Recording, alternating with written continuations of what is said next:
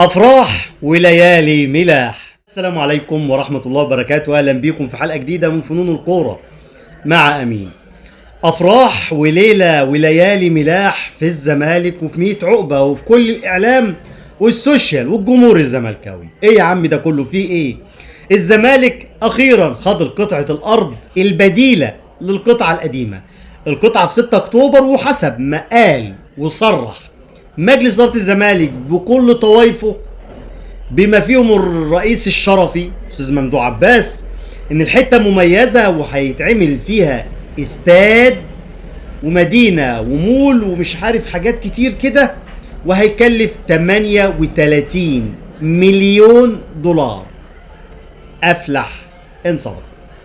أفراح كتير وليالي ملاح في الزمالك، والجمهور يقول دلوقتي على السوشيال وعلى الصفحات: أنا الدولة، زمالك يا دولة، إحنا بلاد الدولة. سبحان الله، كانوا دايما بيقول لك الأهلي ابن الدولة أو ابن مصر أو الفتى المدلل لدى الدولة في مصر.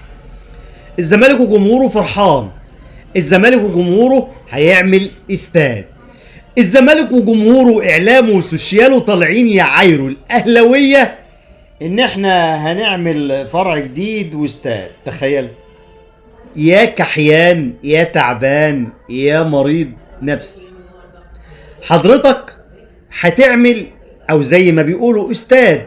طب يعني ممكن يكون قصدهم على ملاعب تدريب مثلا، ده اكيد. طيب حضراتكم بتقولوا هتعملوا الفرع الثاني. الاهلي عنده 5 فروع: مدينة نصر، الشيخ زايد، اكتوبر، تجمع الخامس، والجزيرة. ده غير الفروع والاعضاء اللي في اسوان واللي في اماكن كتير. انت بتعايرني انا يا كحيان بالفرع اللي هتعمله؟ ده غير الحلم الكبير، الاستاد بالمدينة الكاملة اللي هتتعمل في النادي الاهلي.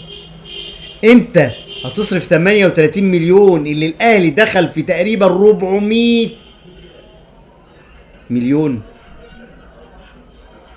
فرحة كبيرة واعلام الزمالك منتشي جدا بالاخبار اللي بتنقال.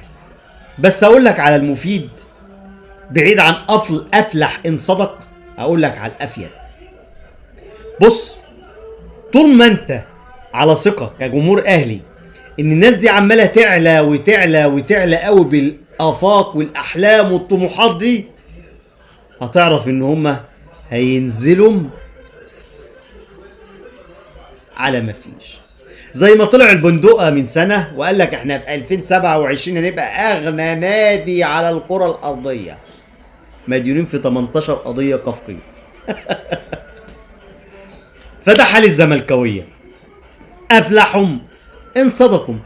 بس هرجع اقول لك، النادي اللي بيقعد يتكلم كتير ومجلس الاداره اللي بيتكلم كتير واللي بيرغوا كتير ما بيعملوش حاجه. اللي بيشتغل في صمت هو اللي بيعمل. جالي تعليق النهارده على الاخبار دي وقال لي: يا عم سيب مالك، ده الزمالك بيشحت والزمالك سف في التراب والاهلي عايش على حرير ونعام. عشان الاهلي اشتغل فلقى فاجتهد فعلي فطالع بعيد في السحاب. انتم بتتكلموا بس. مستني رايك في التعليقات وتقول لي.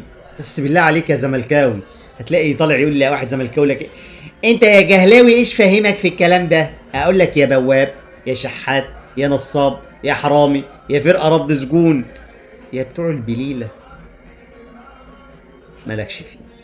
متنساش اللايك للفيديو والاشتراك في القناه وتفعيل الجرس. شكرا. سلام عليكم.